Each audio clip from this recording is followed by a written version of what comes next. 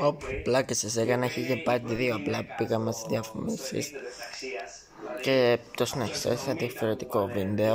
Μόνο άντρες στο σόι και ξαφνικά εμφανίστηκε μια γυναίκα, οπότε προβλέπετε ότι θα αλλάξει τα νερά, δεν ξέρω. Χρόνος υπάρχει, δηλαδή τον βρίσκεις, τον ανακαλύπτεις. Προσπαθώ, ο μόνος χρόνος πλέον που υπάρχει εκτός από όλα τα άλλα είναι ο χρόνος για την οικογένεια. Δηλαδή για να κάτσω με τη μικρή, να βγούμε βόλτα με την γυναίκα μου για τη μικρή, να κάνουμε τέτοια πράγματα. Δεν υπάρχει χρόνος ούτε για καφέδες με φίλους, για φαγητά. Δηλαδή αυτό το κομμάτι αναγκαστικά είναι πολύ πιο ζώρικο. Όσο χρόνος μου μένει το αφιερώνω εκεί. Είσαι ενεργός πολύ. Προσπαθώ να είμαι όσο περισσότερο μπορώ. Σίγουρα δεν είμαι ο ιδανικός πατέρας που θα αναλάβει τα πάντα, αλλά και πάνε αλλάζω και ταΐζω τη μικρή και φτιάχνω τον πιπερό. Κάτσε μέσα αυτός, αυτός μια χαρά τα πας και είναι ενός το παιδί, δεν είναι. Ναι, εντάξει. Ακόμα είναι και νωρίς. Αυτά μια χαρά. Είμαι καλά, δεν ξέρω, θα σκέφτεσαι. Σε πολύ καλό επίπεδο. Για δεύτερο το σκέφτεσαι. Η αλήθεια είναι πως το σκέφτομαι, ναι. Και εγώ αλλά και η γυναίκα μου Κωνσταντίνα είμαστε δύο αδέρφια. Έχουμε και δεύτερο, οπότε μεγαλώσαμε με αδέρφια. Και θυμάμαι πόσο ωραίο ήταν να έχεις παρέα στο σπίτι, να έχεις ένα κολλικό ας πούμε στο σπίτι, οπότε θα ήθελα αυτή τη ζωή και τη δικιά μου την κόρη, να έχει ένα δεύτερο αδερφάκι. Για την είδα.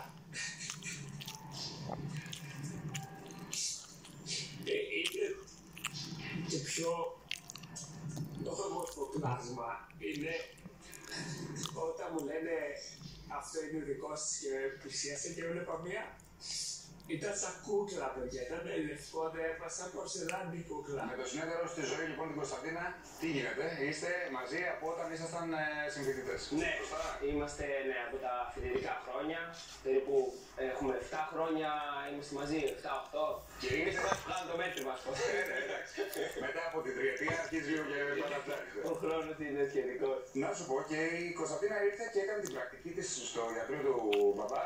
Μετά την σχολή, μετά μόλις τελείωσε τη σχολή, της είχα πει ότι δούλευε και σε ένα άλλο δεντρικό, αλλά λέω γιατί όχι να έχεις έναν άνθρωπο που είναι επαγγελματίας και σε αγαπάει πραγματικά και θα σου μεταλαμπαδεύσει την τέχνη και γι' αυτό ήρθε στο δεντρικό, πήγαινε 3-4 φορές την εβδομάδα, έκανε παιδιά, ήταν μια πολύ ωραία περίοδο, εξελικτική ας πούμε για την οδοντιατρική στην Κωνσταντίνα. Εσύ την επηρέασες στην Κωνσταντίνα και μπήκε στο παιχνίδι αυτό. Ναι, γενικά είμαι λίγο άνθρωπος που παρακινώ τους δίπλα μου να κάνουν πράγματα. Αυτή είναι η φιλοσοφία μου. Οπότε τότε είχα δει την Κωνσταντίνα ότι πέρα από τη σχολή ήταν πιο χαλαρή. Έβλεπε περισσότερο τηλεόραση και σε έβαζα το φοιτήλι. Άρα ένα λίγο να σου δείξω πώς κάνουν μοντάζ, ένα λίγο να σου δείξω λίγο το gaming. Οπότε την έβαλα σε αυτή τη διαδικασία και έβλεπα ότι είναι ένα εξαιρετικό παιδί, πάρα πολύ ικανό και σαν σφουγγάρι έμαθε τα πάντα.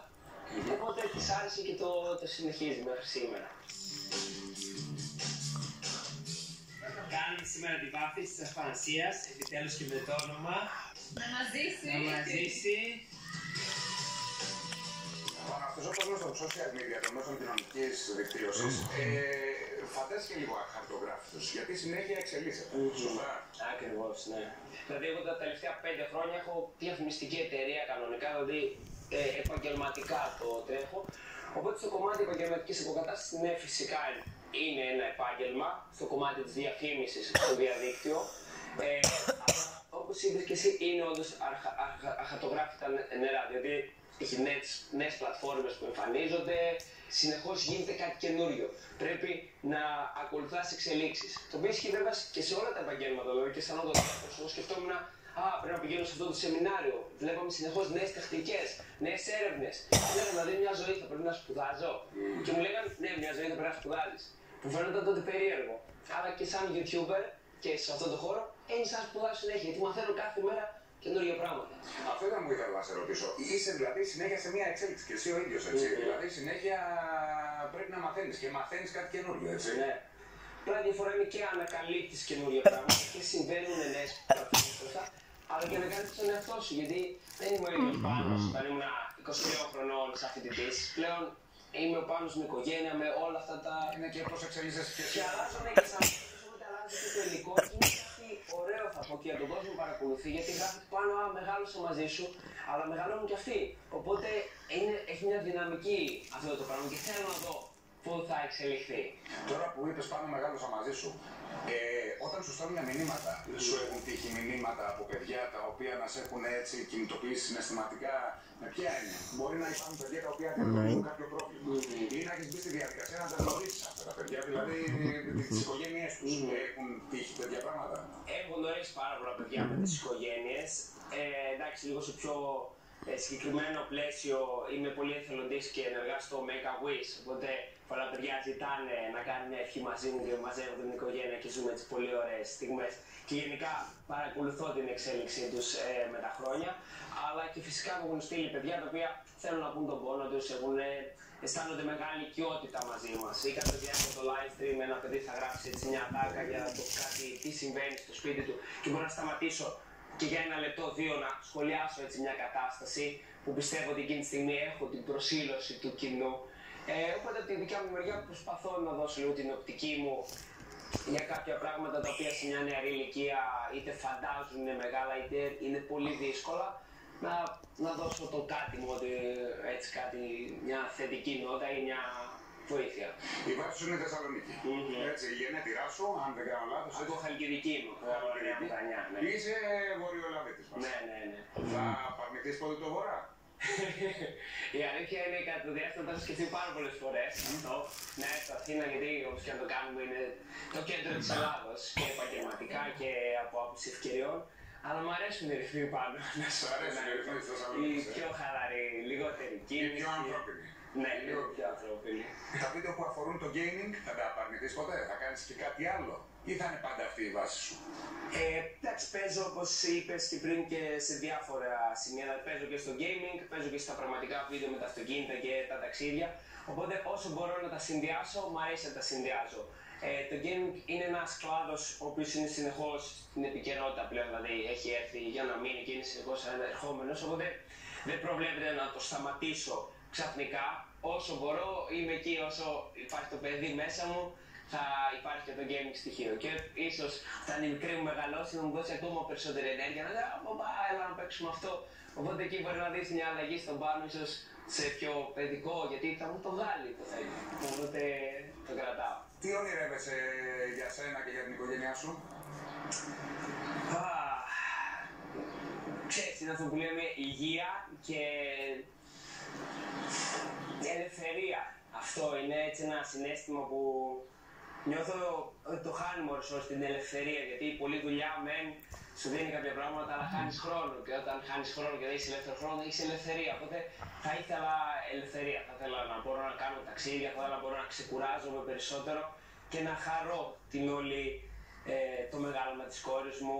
Όλα αυτά θέλω να προσπαθήσω να τα χαρώ όσο περισσότερο γίνεται. Σε φοβίζει κάτι στο μεγάλωμα τώρα του παιδιού και για το μέλλον της? Δηλαδή την οραματίζεσαι την Αθανασία, ξέρω, στα 5, στα 10, στα 15 και υπάρχει κάτι που σε φοβίζει? Αυτό που με φοβίζει, είναι αλήθεια, το πιο σημαντικό είναι τι θα γίνει στο κομμάτι της αναγνωρισιμότητας στην Αθανασία. Γιατί αυτή τη στιγμή είναι το πιο γνωστό μωρό της Ελλάδας από αυτά που βλέπω και θέλω να προσπαθήσω να την μεγαλώσω με αυτογνωσία, με αυτοπεποίθηση.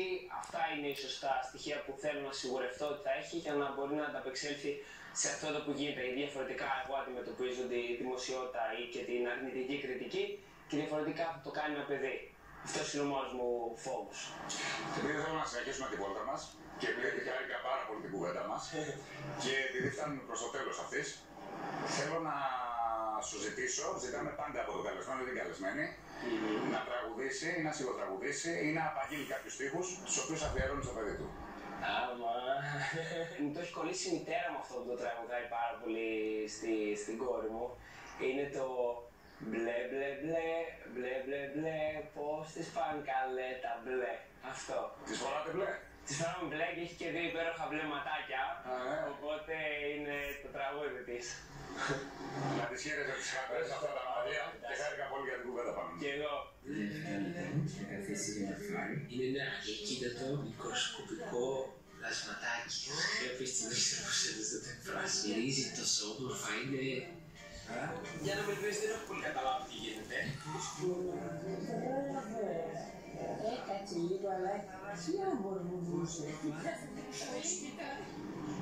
Μου ποτσίγκλισα θα κάνει σεμιφρέντο.